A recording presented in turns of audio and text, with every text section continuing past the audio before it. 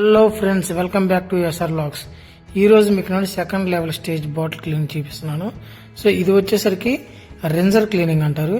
ఈ రెన్జర్ క్లీనింగ్ లో 24 బాటిల్స్ ట్రేలోంచి తీసుకొని యాజ్ ఇట్ ఈస్ గా రెన్జర్ ట్రేలో సెట్ చేసుకున్న తర్వాత బాటిల్ క్లీనింగ్ స్టార్ట్ అవుతుంది. పైన టాప్ లో పడేది bottom cleaning. So bottle reverse తిప్పిన తర్వాత ఆ ట్రేలో 24 బాటిల్స్ కి సెట్ అయ్యే విధంగా 24 హోల్స్ ఉంటాయి. సో వాటర్ కింద నుంచి పైకి వెళ్ళిపోతుంది. బాటిల్ కంప్లీట్ అయిన తర్వాత తీసి ట్రేలో సెట్ చేసుకోవచ్చు. మీరు చూస్తున్నట్లే బాటిల్ వచ్చరికి minimum 3 to 4 minutes deep clean అవుతుంది.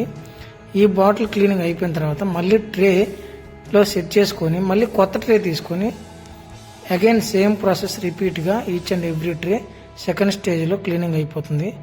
క్లీనింగ్ అయిపోయిన తర్వాత ఏదైతే మన ట్రేల నుంచి బాటిల్ తీసామో ఆ ఎంటీ ట్రేని కూడా మళ్ళీ క్లీన్ చేసుకుంటాం. ఎందుకంటే షాప్ నుంచి వచ్చినప్పుడు ఆ ట్రేలలో కొంతమంది టిష్యూస్, సిగరెట్లు, డస్ట్ ఉంటుంది కాబట్టి ట్రే కూడా నీట్గా క్లీన్ చేసిన తర్వాత బాటిల్స్ని ట్రేలో సెట్ చేస్తారు. మీకు వీడియో నచ్చినట్లయితే సబ్స్క్రైబ్ చేసుకోండి. Thank you.